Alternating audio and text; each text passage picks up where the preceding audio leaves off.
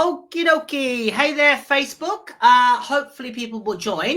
So I'm just going to give it a minute just to check that I'm coming out live.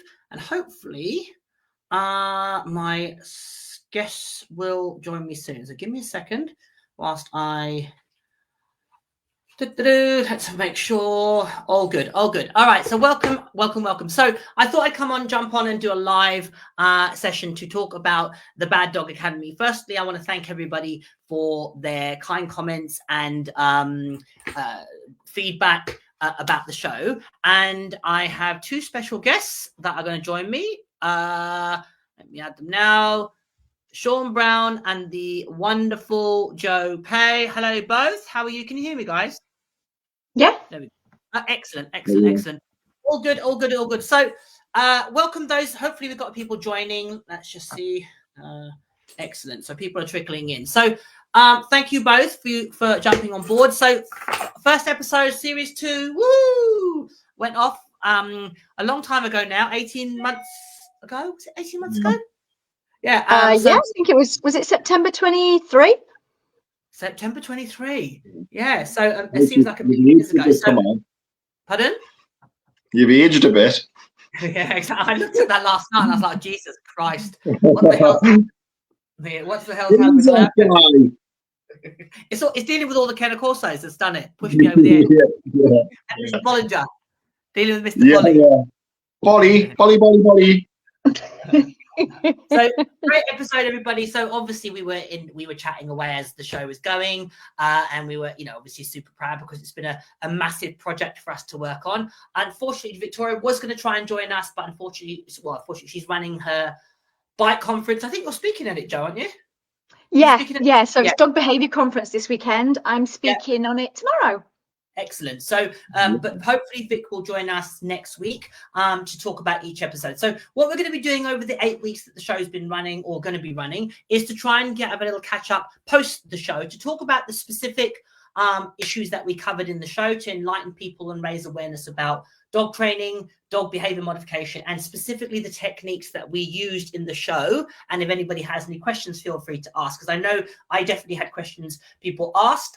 So I thought it'd be a great way to just answer people's questions and inquiries. So just a bit of context.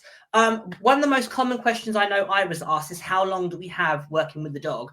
And I think people were surprised about how much time we have with the dog, because we literally only meet the dogs in the morning or depending on when it's scheduled, and we have that day at most. And you have to factor into that. Me and Sean talked about this the other day, that obviously the production team have to do their bit. Obviously now we've got Nick Grimshaw involved, so he has to do his bit. So it all has to be, the time that we have with the owners and their dogs has to be divvied up by a lot of factors. And you have to account that obviously we won't work a dog solidly for the time that we have them. We allow them rest time and downtime. So that all has to be factored in. So we only get a limited time working with the dog. So that does put some restrictions on what we do and how much work we can do with them. We have to make as impactful as much impact as we can in a relatively short space of time. So that's one thing. The other thing is, which was raised because people noted that Ghost had cherry eye. So every dog that comes on set has to be, I think Joe mentioned this to somebody that asked the question, has to be vet checked. We will not have any dog that doesn't have a green light from the vet. In fact, we did have some dogs that at the last minute, for various reasons, we didn't use them because the vet didn't feel for whatever reason, or the dog was lame, etc., as happens with dogs. So that's the first thing. And obviously we support the owners post the show, and we pick up with them. We do follow-up consultations and we support them. And obviously Ghost was his cherry eye issue was dealt with. The vet obviously felt there wouldn't be an issue in terms of what was happening. So all good in that perspective. So how did you feel about the show? Did you guys enjoy it? Obviously, Joe, you watched it on catch up. Yeah, I did. I streamed it.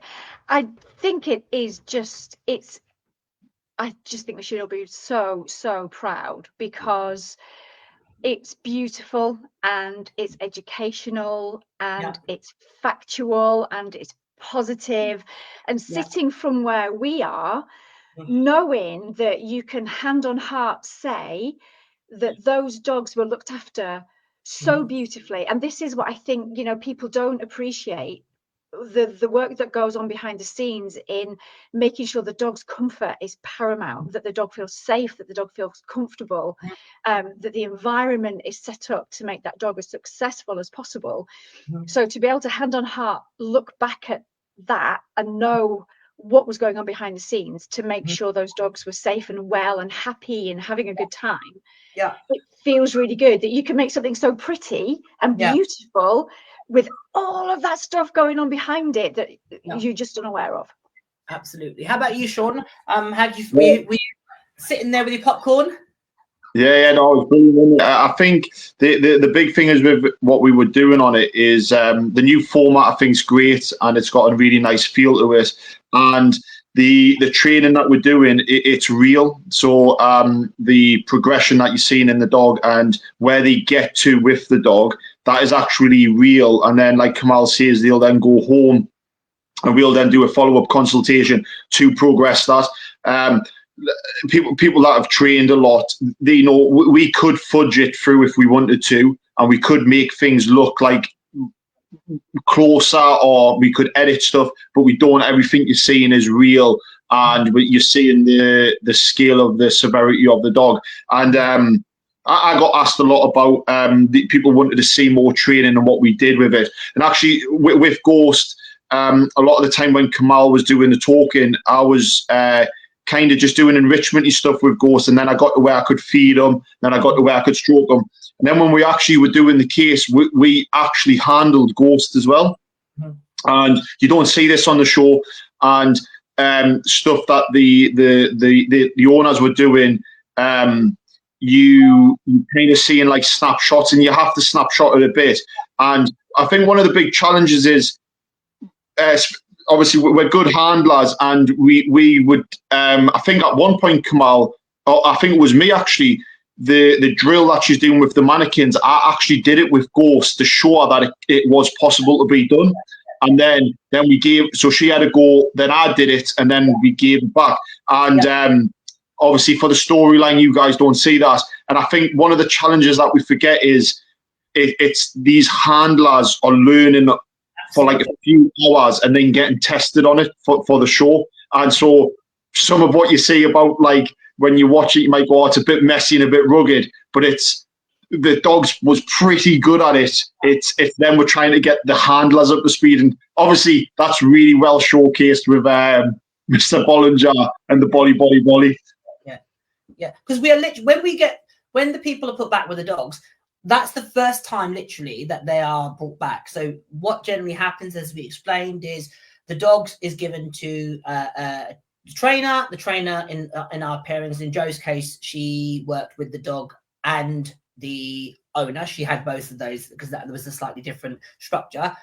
And then they're brought back together and effectively reunited, for want of a better term. And then the training is done on the fly. So what you see happens, good, bad, and different, is what difference we can make, hopefully, in a very, very short period of time. What we were very obviously mindful of was we don't want to just convey, ta-da, we've fixed the dog, because that's, as we all know, isn't how effective, impactful, long-lasting dog training actually works. It isn't about quick fix. You can make quick fixes and you can make a great amount of impact in a short space of time by using effective techniques, but the person has to then go back and work at it and put the hard yards in. And that really is what we're showing, really, is that, look, dog training isn't always perfect. These are dogs that have come with problems. The people are in a real state of their relationship with their dog is in somewhat of disrepair, or certainly in a place of there's an issue or a challenge. And our job is to try and give them a sense of hope. So that definitely was the case. Talking specifically about Ghost, obviously that was a dog that had major challenges. And we were, when we originally were, the discussion was whether we were to deal with that dog. We had to take a lot of consideration. We had to have a lot of safety measures and safety protocols on set, so that people were the whole place is, I think Nick Grimshaw talked about this in an article, the whole place was on lockdown. Nobody was to be coming and going when we worked with that dog. So we really took the safety entity really was a big issue for us as trainers, because it's our responsibility. We have to manage the environment, we have to manage the dog, we have to manage the owner, because what they don't want is for their dog to come on set and to potentially bite someone or damage somebody. That's going to absolutely destroy their confidence. So we had a lot of moving parts. The thing is on that is if when, especially at my site, the centre we run, if we do really high reactivity dogs and dangerous dogs, let's just say, we would do like a 1-to-1, and we would be on the private field, and we would do the work with the dog, and then we might start introducing. When you're on a TV set, you potentially have 80 people on that set, and then you're trying to work it. So you have to then just bring in safety measures and ways. It's all just management, but it's not a case of them just showing up and being, oh, we'll stand in this corner of the field. You have a huge crew that's all there, so you have to basically outlay. And yes, it's safety of the humans, but it's also for the dog. You don't want to send the dog back or do good work, and someone comes around the corner and you just reset the whole thing.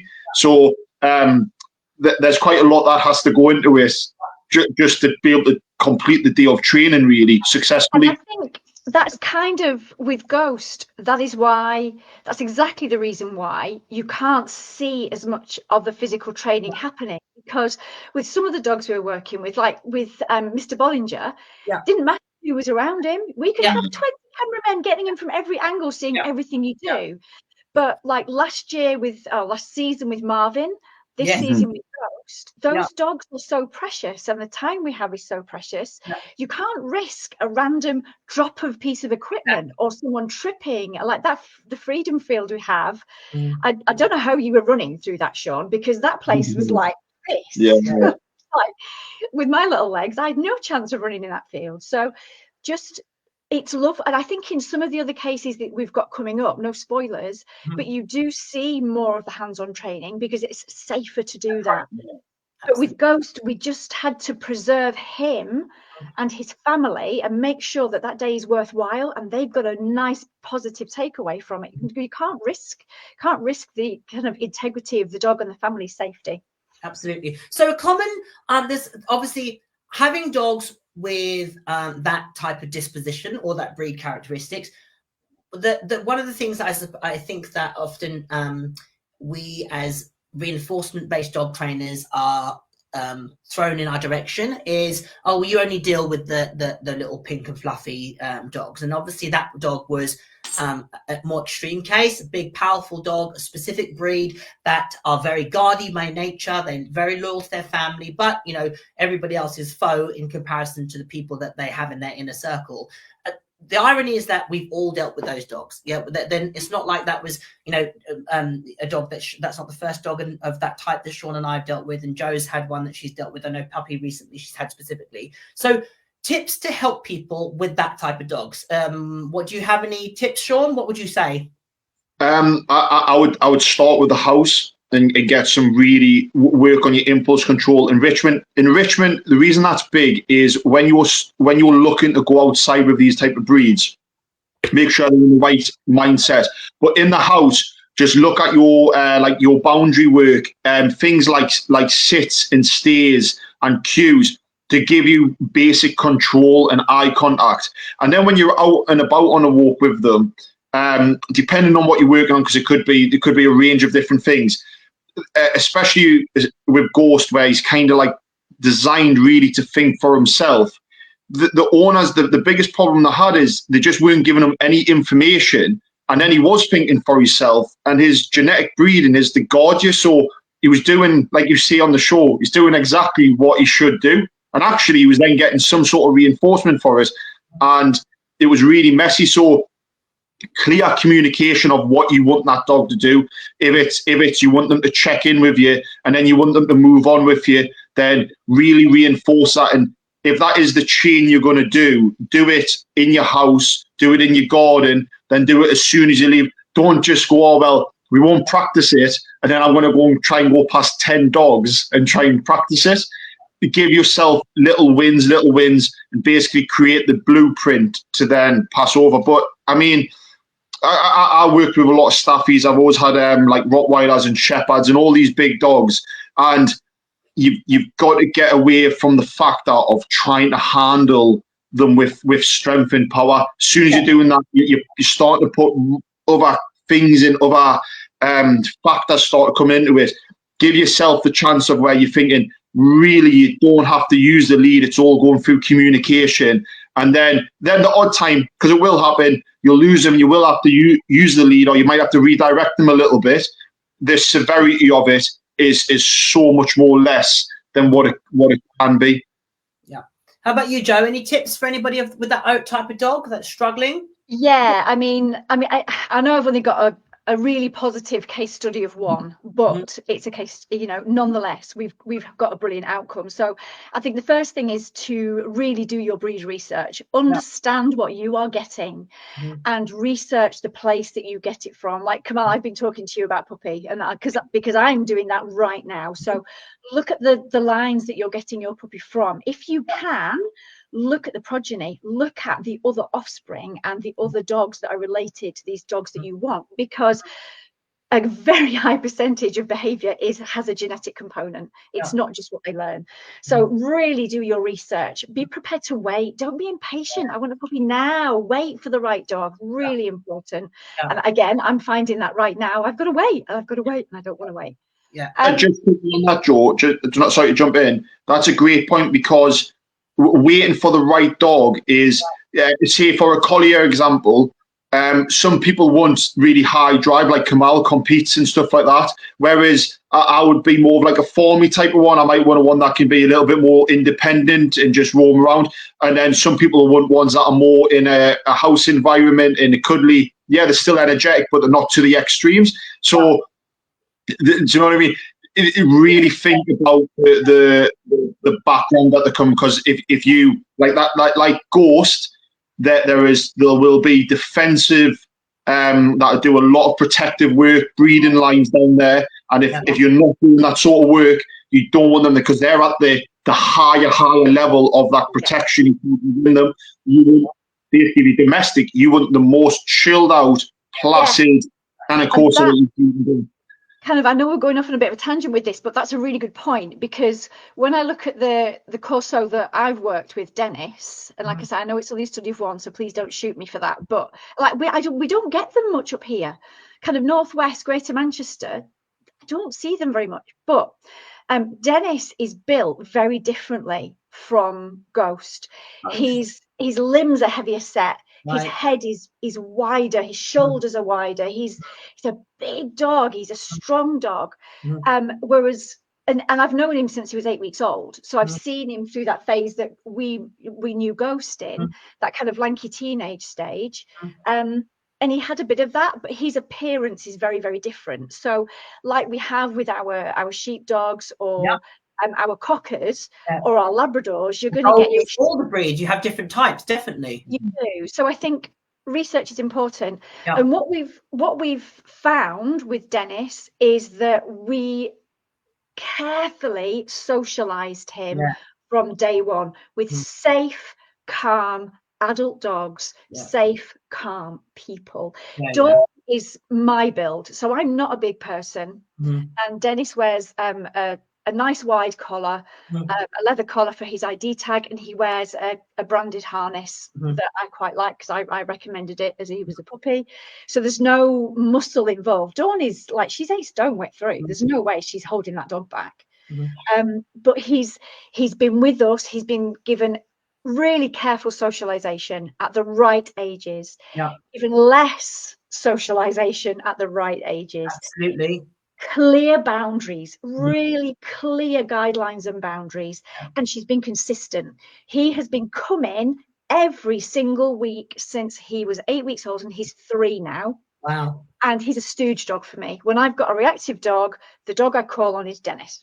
Wow. And he stands there and he's like, I'll just stand here, and I'll walk there, and I'll look this way, and I'll look that way. And he makes himself small, and he gets on the floor. And Amazing. So it can be done. It can be done. But the two things that, just to actually, Joe started teaching them, 2 things that I would say, just to add for that point, is Advocate for your dog is the big one. Yeah. So I'm a big one of less is more. Don't put the dog in a situation, especially of that type, where the dog is going to be felt that it feels that it needs to defend be defensive, the way it feels it needs to guard, where it feels it needs to take control of a situation. Advocate for your dog. And if you have a situation where somebody wants to, interact with the dog and you don't think it's appropriate, don't be afraid to say, no, thanks so much. You don't have to be combative about it. Advocate for your dog. That's the first thing I'd say. Second thing is, be aware that adolescence is when you're going to see most of the dog's most troublesome behaviors come to the fore, because that's all dogs, irrespective of the breed.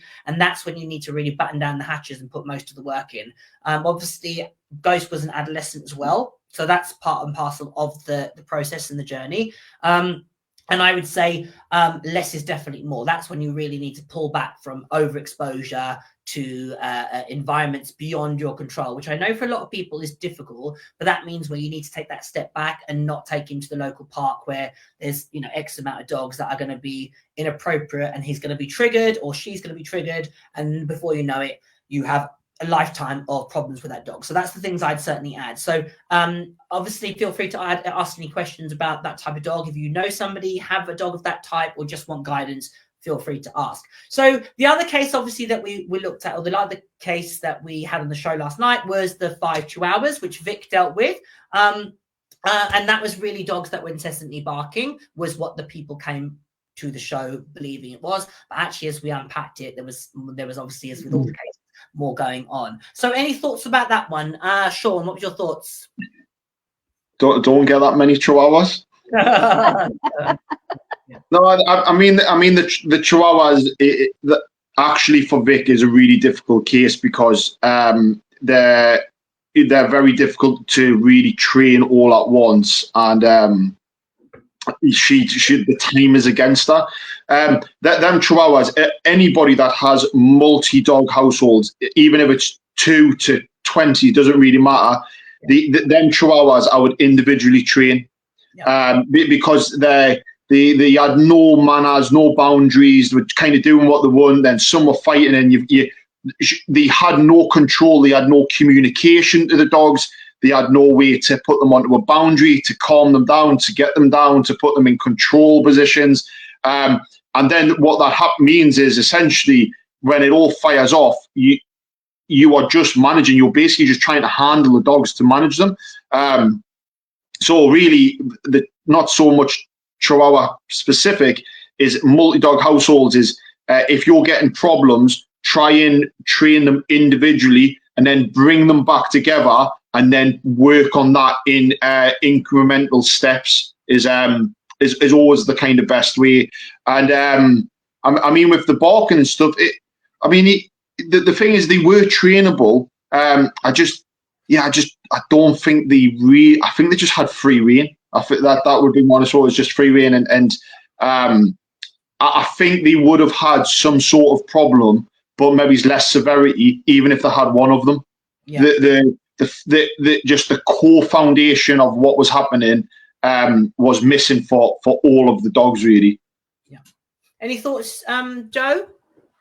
I think I'd echo what Sean has said, is that if you're going to be brave enough to have a multi-dog household, you've really got to put the work in with each individual dog.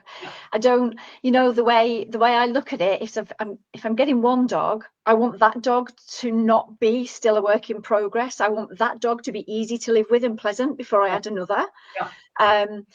But I also, what I would say is, I think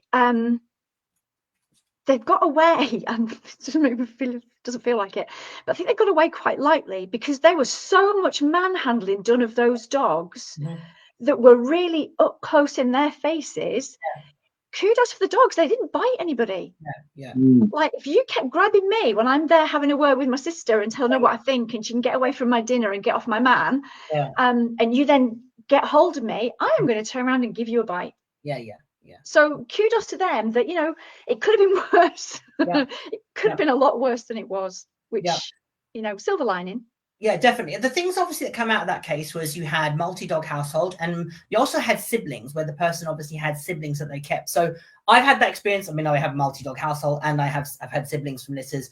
It is more work. There is no way around it. If you are going to form a connected relationship with the individual dog, where you can have control over that dog, where you can have engagement, focus, and the things that are going to allow you to navigate life, it does effectively mean teaching it treating it, I should say, as an individual. Obviously, Chihuahuas are notorious for being barky dogs, and again, it's part of the breed characteristic. And I would say it's unusual. It's an anomaly to get one that isn't a little bit like that. So that means, again, know your breed of dog, knowing what they're predisposed to, and then you're going to be really proactive. When you have multi-dog households, obviously it is a lot of work to then put in the individual time, etc. That is, again, and I know we've harped on about it, and I think we harp on about it all series, is enrichment. A lot of people like us, Joe, Sean, and myself, we have lives that factor in our dogs. It's catered to. So in our dog's day, they'll be doing a multitude of things. Like if you follow Sean on social media, his dogs will be pottering around as he's working, etc., or they'll be in his vicinity in whatever he's doing. So it's not that they necessarily are going to go down the high street for a walk, but they're having mental stimulation. Same with my dogs. I show you walking them. Same with Joe's dogs, and bless them, in the past, they'll be doing something in their day. Even her older dogs will do various things that just expel that grey matter. And what I would say is a common theme for a lot of dogs with behavioural problems is they just don't have enough in their day. So effectively what happens is that dog is power napping all day, waiting for you to come home from work when you're exhausted, and now they want entertaining because they've effectively been either on their own or etc., or had limited exposure to you or access to you. So really think about enrichment. Think about using enrichment tools like snuffle mats, slow feeders, Kongs, feeding devices, the games that you can to stimulate them. If you think of that when you have a multi-dog household, that's an activity that each dog's going to get to occupy its mind. So that's going to help drain both physical and mental energy. So that means when you do have them together and you do take them out for a walk, hopefully you're going to drain some of that excess energy out of their system. So just some thoughts there about multi-dog households. I mean, pretty much all dogs in general, but especially things like Chihuahuas that are bred more to bark and be loud, they actually get a dopamine cycle off barking. So yes, there's a trigger from a door or someone walks past the window, but them dogs are so understimulated. Once you've set it off, it's kind of, we will just keep firing until we just get a massive kick out of it. Now, if you did no training with them dogs and you just did stacks of mental stimulation, made sure they were getting the right amount of exercise, and had no other sort of factors like want a good diet, this, that, and the other, the length of time them dogs would probably bark after someone's knocked on the door would reduce anyways, just because they wouldn't need the kick from it. And then once you factor in the training, you get like massive results. So it's it was fair play of it. I mean, it was a hard one just to take on and be like, right, here's a day. How do you tackle this? Yeah. So again, hopefully Vic will join us next week, where she can give some insight into her cases. And obviously she's currently on her conference. So if you're interested in that, go to the VSA. Where would people access you it? Can go, I think there's a website just for dogbehaviorconference.com. Perfect. Check it out.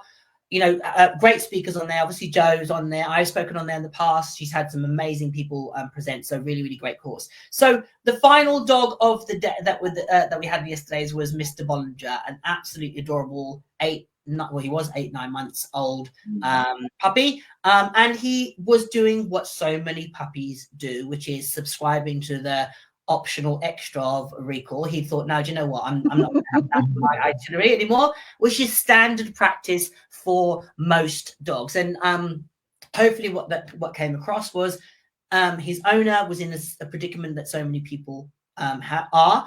They've had a dog, an older dog that they've gone through the process of raising and training and teaching and living with, and that dog knows all their ways and knows all the things they need them to do, and they become part of almost your DNA. They just connect with you. And then obviously as time passes, that dog is no more. So you think I'm going to get a puppy. And the misconception is dogs are not iPhones. They don't just plug in and go. You have to put the work in. And I think it was the shock of realizing actually as a puppy, he doesn't do what my other dog does. He doesn't have a recall. He doesn't have the same understanding. And that standard challenge that so many people that are getting a dog for a second time or a new dog, etc., can experience. So how about you guys? Joe, any thoughts about Mr. B? I thought he was lovely. And he was just a typical puppy, wasn't he? He was just a typical puppy. And we know that when puppies, dogs hit adolescence, suddenly that nice big hormone surge that they get, and that bit of independence and you're not the boss of me, kind of kicks in, and off they go exploring. And the thing is, ignoring a recall is highly reinforcing, isn't it? Yes. Because the world is going to reward you for ignoring your person. Yeah. So, you know, he was doing what comes naturally. And bless her, his owner was falling into the trap that is so easy to fall into, in that repetition, just shout it louder. And it's a shame. It's a shame, but it's a familiar story. And remind me of that when I eventually get my puppy, won't you? Yeah, exactly. I would say feel free. Absolutely. With all my dogs in adolescence, I love them, but I don't particularly like them. I think adolescence is very challenging. And it's okay to say I love them dearly, but they are not my favorite people in the house at that point. And because obviously I have multi-dogs, it really highlights like how good my other ones and how trained they are and how this jackass puppy really isn't. But that's part of the process of dog ownership. You know, it's a journey. It isn't a case of, you know, it goes through ups and downs. And I think that what the show really shows is that the moments when people are on the down, and that's where hopefully we can support them. And anybody in our profession, in this industry, that's what most of us are going to be dealing with, people that have problems that you would look at, you know, as professionals, you go, oh, that's a standard problem. But if that's their first dog or their first experience of that issue, it can feel grossly overwhelming. It can feel really, really disconcerting. They have a lot of blame on themselves, and so forth and so forth. And I think sometimes, you know, the internet is a dangerous thing. It's a great thing. But, you know, if they go and start going on Google and asking the question, how do I stop my dog from running off? There's going to be 700 million responses, and there's going to be the good, bad, and different, you know. So I think the key thing for me with Mr. Bollinger, and Joe said the word earlier, is the importance of consistency. How reinforcement-based dog training works and is effective is consistency to the point of obsession. Like, you have to be consistent. You have to be so disciplined with yourself in terms of keeping criteria and maintaining what your dog, what you've taught your dog. You can't be gray about it. And that is where often cracks will be created. And as a result of that, then people resort to using alternative methods. Or the other time in which reinforcement or training can be ineffective is where you're not aware of where the dog gets reinforcement. Joe said it again about running off on a recall is reinforcing. So always know what your dog's being reinforced for. Any thoughts on Mr. B, Sean? It's kind of like what you said. I mean, for people that are watching the show or are watching this, I think the biggest thing there was the name. She had sort of it had no value at all, shouting bolly, bolly, bolly. But the thing is that we really found, especially when I think Kamal we had him for 10 minutes to start off with, and we were doing, I could have walked that dog every single day and I would never, ever have a recall problem. Once I did a little bit with it, it just needed the interaction. And sometimes with dog training, especially when you see trainers, you're just trying the wrong key for the door. Yeah. And no matter how you do it, it will not open that door. And a trainer will just come along and go, oh, this is the right key, mate. And then and that's all Mr. Bolly was. It just needed a bit of stimulation when she recalled him back in. Whereas what she was doing, she quite liked talking, and she quite liked just talking to the dog. And it was obviously a really good companion for her. And he had just got probably so used to just listening to her voice. And then when he runs off, she would follow after him and she'd just be talking to him. And basically, when he came back to her, she wouldn't really do anything anyways. So he'd be like, what is the point of me coming back? So it was just literally a cue change and a little bit of interaction. And we found out the toy was best, really, didn't we? And it's just a puppy. She just wanted to play, was all it was. He was so receptive, wasn't he, Sean? He was so receptive to teaching and learning, and it's like he was just like a sponge, and he just needed that information. But you know, that's such a common experience for so many people, that they get a puppy, either of having a time lapse. I think that's the big one, and often, like in this specific case, and I wouldn't say this is unusual, the owner's previous dog was an ex-show dog, so it had a level of training, and she got it older, so she hadn't raised a puppy at all, I don't think, if I remember correctly. So this was her first puppy, and she openly said, she says, you know, it's been a long time since I've had another dog. She was that little bit older, and I think the whole combination, it was just a shock to her, and she was like, well, why isn't this dog behaving like my other dog? She also felt he was super energetic, which he was. He's a puppy. So I think all that stuff starts to take a toll on their relationship, and hopefully, I mean, obviously, as you saw at the end of the show, there was massive improvement. So you know, it isn't just with all the dogs in the series, and hopefully you're going to continue to watch and see. What you see us do is what we do. There is no, we don't hide anything. We're not like behind. And you know, people ask me, you know, do you have access to the dogs beforehand? You must have done. I'm like, no, absolutely. Oh, we wish. You know, that would have been absolutely incredible if we had time prior to the day that they turn up. If we had access to the dogs. What the show wants to show is literally that first interaction with an owner who's struggling with their dog, and as professionals, how do we help them? So that's what you're seeing. Thank you. Obviously, we've had lots of feedback, which has been positive, you know, on our various social media platforms. I know the others have had loads of great feedback. We obviously are really passionate about the show. You know, encourage people to watch it, to learn, to share stuff like this. Feel free to share it wherever you like on social media, these conversations, to enlighten people, to let them know what the show's in existence, because we would love to get another series, but it depends on, you know, the audience being enthusiastic, and we've had a fantastic response, but you know, we want to keep that momentum up. So it's going to be on for the next 7 weeks now, every Thursday, 8 p.m. Channel 4. Make sure that you check it out. So we do have some questions and points. I'm going to share those with everybody. And hopefully, we might have some people ask some questions. So let's have a look. So first one is from Sharon. I loved it and really hope the right type of guardians tuned in to see these amazing results with lovely reward-based rewards. Thank you, Sharon. We really do appreciate that. We are certainly trying. We are definitely trying to promote what we do, and we're trying to show what is possible. I mean, Ghost was a great example. There was a lot of discussion of, you know, should we take a dog of that type on with that issue, i.e., you know, potential dog aggression or dog reactivity or human reactivity and human aggression. That's a really, really, really challenging case to deal with. But we thought, you know what, if we are to show the best of our work, we have to take what all types of dogs. So that was the decision. But thank you very much for your kind comments. Melanie said, love the way you all advocate for the dogs. Thank you very much. I would say that's how we work. That's not specifically for the show. We all are, you know, massive in our daily work. We're very much believers in advocating for the dogs and putting them at the forefront of all our decisions. So thank you very much. So let's have a look.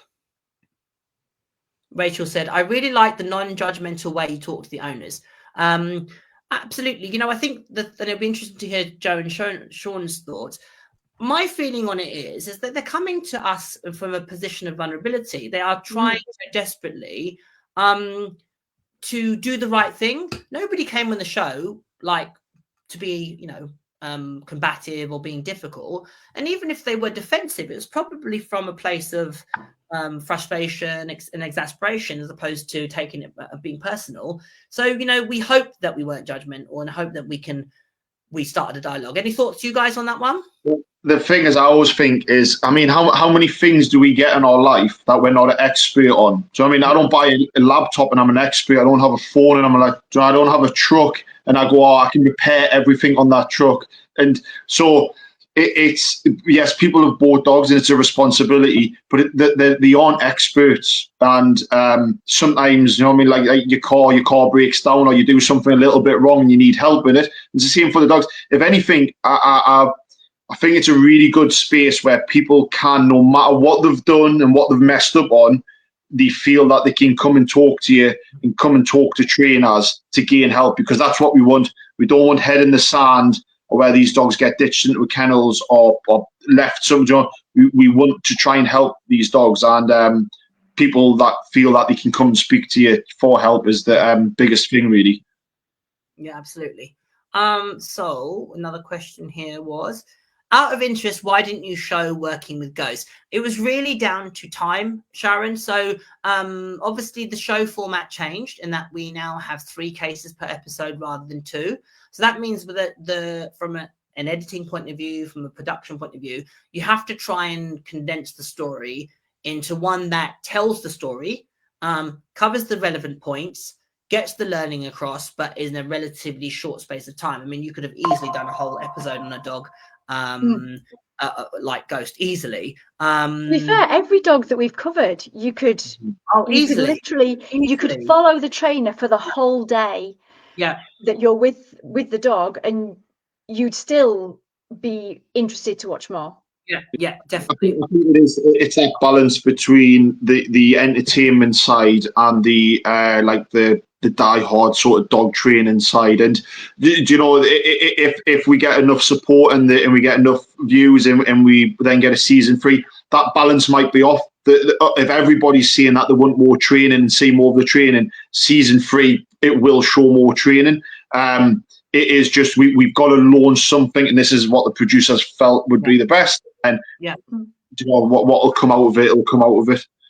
Absolutely. And obviously, you know, what happens when the show came out originally was they canvass the audience opinion. They go and ask, they do a poll, they ask people that watch the show, their thoughts and feelings. So that was also part of it. But look, the thing to say to anybody watching is, if you have opinions about what you want to see at the show, feed it back to the powers that be. First off, let them know how much you love the show. Feed that back, because obviously we want to try and get commission for another series. That's the big thing. Secondly, is let them know what you want to see. If you want to have more information about the training side, feed that back to the powers that be.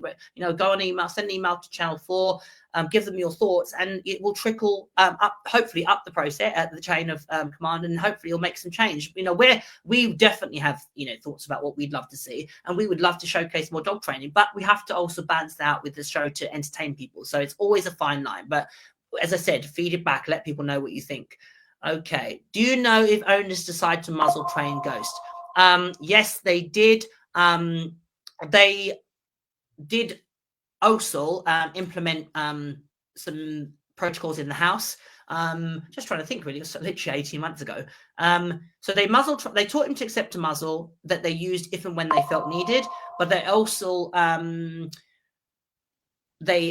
had definite areas in the space. That was right. They implemented areas where the dog was able to be safe, and he didn't have to, if people came in the house, because one of the things that they had issue was when visitors came in, he would be very guardy. So they changed things up in the house. They were fantastic to work with. They were really as soon as they got it and embraced it tenfold. So yes, they did muzzle train him. And when we last spoke to them, they were absolutely knocking out the park. So that was really, really rewarding for us, definitely. So Mel said, I like the realness of Mr. Bolly. I think we can all, as professionals, we can definitely relate to that scenario. The funny thing is, on that Mr. Bolly one as well, the scene where I put my head back up in the air where I stood, Kamal, we were stood there for about an hour, weren't we? That scene was, and you don't see it, but I actually had went out a few times. So we don't just leave them out there like how it looks on the show.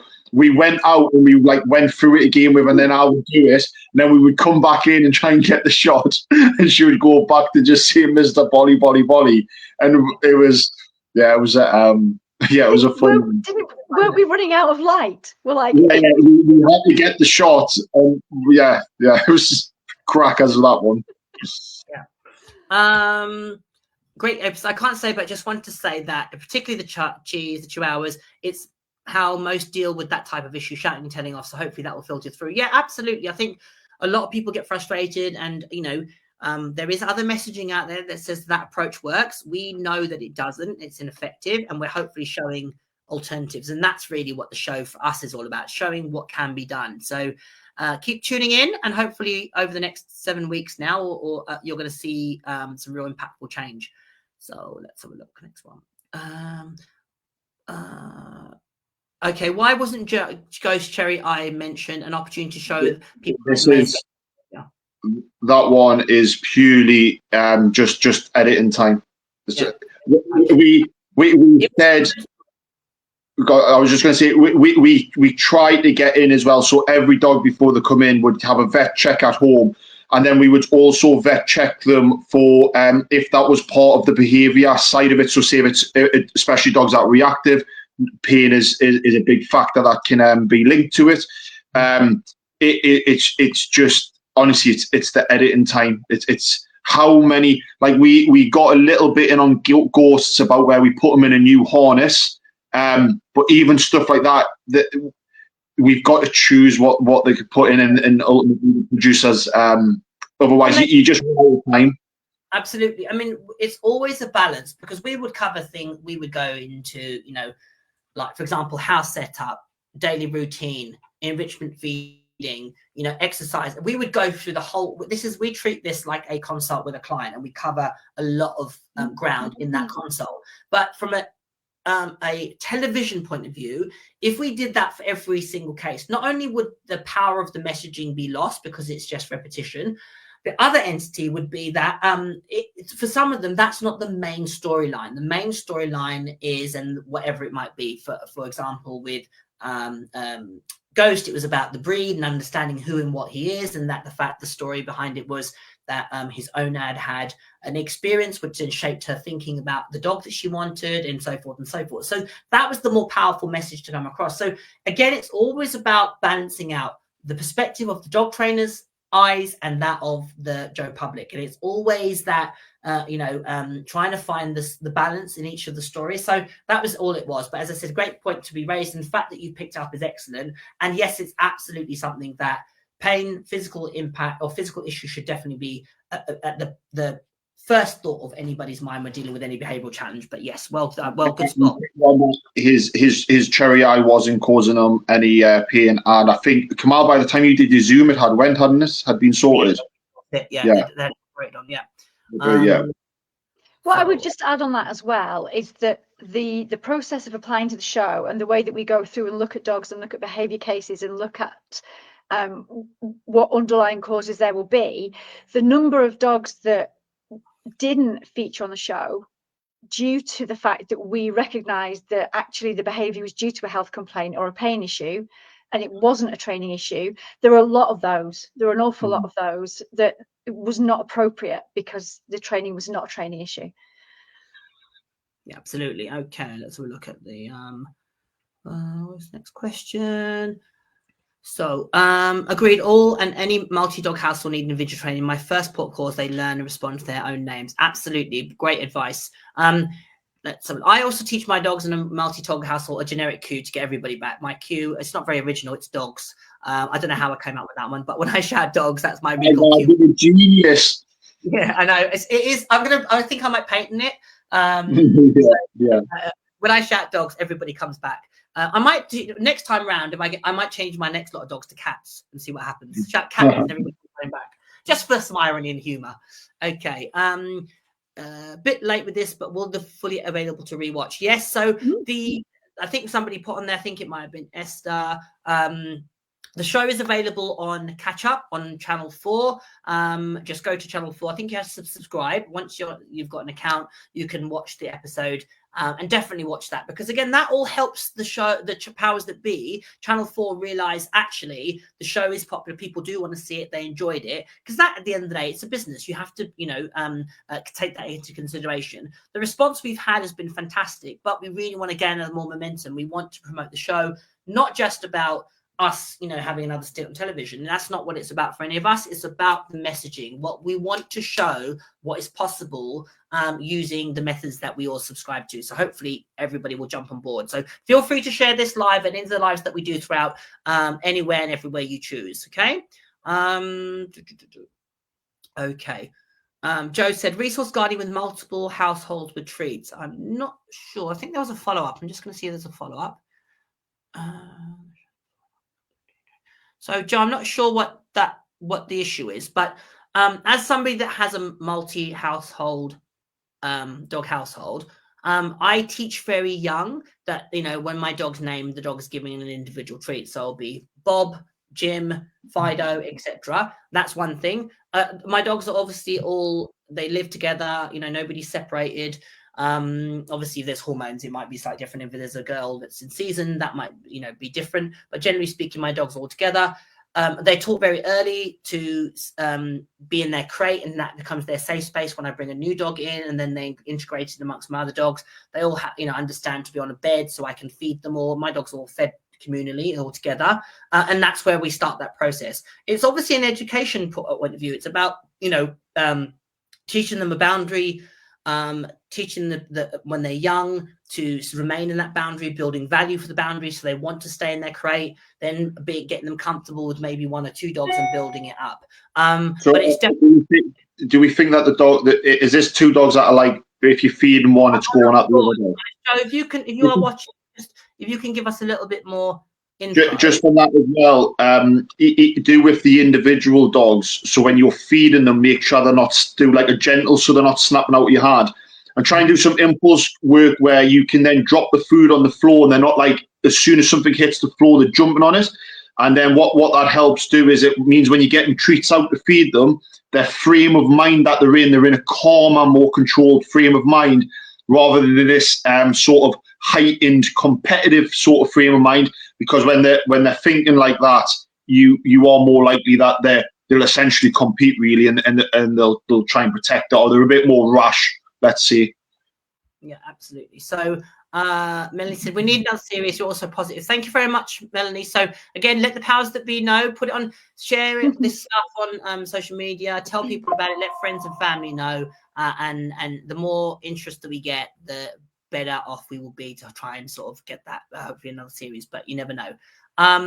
Matt said, definitely more behind the scene footage on YouTube. Some people want to see more of the training process. Absolutely. Obviously, footage wise, that remains with the production team. And I don't think there's plans for it to be released, if I'm honest. I don't think there's any. I think there's a YouTube channel coming out on Monday. Oh, excellent. Okay, cool. So then they might. I don't know what footage they'll use. I don't know if it's just from the show or whether there'll be behind the scenes stuff. That would be good. As well, where we might do little videos on it and stuff. So yeah, just watch that space. We'll post about it. Yeah, absolutely. So Leslie said, I love your question to Corso owner. Important for people to ask themselves those questions before getting a specific breed of dog. Also, Kamal uncovering her fear that led to her wanting a needing guardian dog was interesting. I think sometimes that's such a common scenario, in that we all have our stuff. We all have our stuff that we carry through life. And sometimes that stuff can, positively and negatively affect the decisions that we make. And certainly in this instance, it was one of the underlying causes of why they chose that particular dog, to protect her children from something that she experienced earlier in life. And the irony was that he was doing exactly what she intended him to do. Unfortunately, she hadn't foreseen the fallout. So hopefully, we helped to see that. Okay, let's have a look. Any more questions? The point about research genetics lines is good, but with something like reactive, it's not always that obvious just from the breeding lines. That may be any possibility. I know about hip scores and testing, which are a usual thing you look for, and I'd met parents and half siblings previously. Yeah, it is sometimes hard to do research into the specifics. You can get information online, obviously, about health tests and screenings. My advice to anybody is meet the parents if you can, meet relations of the parents, look for consistent patterns. And if I was selecting a dog to breed on from or choose, I would try and look at least 3 generations. So I'd want to look at grandparents, and if I could, great grandparents. I have that opportunity in the worlds that I work in. That isn't always practical for people. But the big thing is go back several times and try and look at the dogs and the litters and the parents in different situations, if you can. So, out on a dog walk, and don't just, what tends to happen when you go look at a litter, you see them in the context of the mothers with the puppies. So you're getting a different spin on the female in that instance as well. And you may not even see the father, depending on the situation of which he's come from. But it's definitely worth looking at previous as if they exist. And sometimes, you know what, people do all that and they can still be unlucky. And sometimes you can go to a hole in the wall and get the most incredible dog. So there is an entity of luck to it as well. Go on, Sean. If you do end up with a dog that is higher drive than you expected or has certain traits, let's just say it's from a really heavy working line, that's like doing flushing work, then kind of accept it and adapt to it, and then start linking your training into that sort of specific behavior. I mean, I think Jo spoke about it with her collie, where she would like do collie ball with the collie and stuff like that. And you know, if it's got a really high herd and drive, and then obviously she will talk better about it, then just kind of don't resist it too much and just accept it, and then be like, well, how now can we implement it into our training? And if you would talk more about that, Jo. Absolutely. Yeah. It's I did an awful lot of that with my younger collie, 100%, because he was much higher drive than my previous collie had been, and he loved to control movement. So yeah, gave him an outlet for that, and it quite miraculous, the change, to be fair. So yeah, I think recognizing it comes down to breed research again, doesn't it? Knowing what the dog is bred to do and giving it a job to do. But you know, I sorry, I can't remember the lady's name, but I know, you know, sometimes the perfect storm comes together, and you do your breed research, and you know maybe the lines, and you know the temperament is sound, and sometimes you, like you just said, Kamal, you just look out, and or something happens, illness or injury or a really bad experience at the wrong time, and with everything. And I think that actually for a lot of people, especially with reactive dogs, that's just soul destroying, because you feel like you've done everything right. You've done everything right, and it's just not fair. So I can really sympathize with you. All you can do is your very best. And that's what I'm thinking of at the moment, because you know, it's no secret that my little dog Twist was not an easy person to be with, and he was not an easy person who found the world a great place. So I'm going through that now. Again, we were talking the other day about so much research, but I'm patently aware that even with all of that, you know, it's a bit of a dice roll. And that's the thing I'd say to people. And obviously Julie I know well, and I know her dog well, who is actually very similar to Twist, ironically, has similar issues. Sometimes those dogs start you on a journey that you couldn't have anticipated of how amazing. Joe, I don't want to get Joe emo about this, but let me tell you now, you don't know how many doors that will open up. So that's what I would say. So you know, dogs are you know, as broad and diverse as we are, and I think it's about embracing them and for where they're at. So let me have a look. Mentioned to you, I've not mentioned this yet, but you know, I have considered asking you to come and choose my puppy for me when it comes to. I'm like, do you know what? Because I know what I'll do. I'll be like, oh, but look, that little one over there that's right. Yeah. And so I just need somebody else to just. An impartial person. Yeah. Don't let me do that. I'm holding you two responsible for this. I go just to rescue centres and just go like, what is there, and I'll just take it. So I mean, I'd be literally the worst person you could take. I just all little lovely puppies. You'll be all right. You'll figure it out. We'll see. I'll be taking the whole team with me as backup. I learned. I had a Romanian rescue from a kill shelter. And I had my garden fenced off for, Christ, I mean, I must have had it for 8 years. Never, ever thought a dog could get out of it. She got out. She like climbed up to the middle of a tree and then got onto the fence and and I was like, I could never even force that a dog could get out of there. And it's just, I didn't know the bag that I was getting. And then, so now we've got like huge fencing now, but it's, that's problem solving rescue dogs, isn't it? Yeah, they're like a box of tricks, really. Yeah, they are. I think Kamal's puppies are running rings around him over there. Yeah. He's got the Chihuahua problem. We need to watch the show. Dog's an animal. Don't work with animals and kids, is what they say. So yeah, I'm just. But no, let's just make sure I haven't missed anything. I think we're all good. Okay, I think that's it. So thank you very much for those of you that have joined us. As I said, feel free to share this video as far and as wide as you want, where we've given advice, obviously, about the specific cases that were covered in last night's episode of the Bad Dog Academy. We'll be back next week, Channel 4, Thursday, 8 p.m. Don't miss out. It's going to be another fantastic episode. Really looking forward to that. Thank you, Joe. Thank you, Sean. Hopefully we'll have Vic on with us next week. But yeah, catch up soon. Take care. Cheers, guys.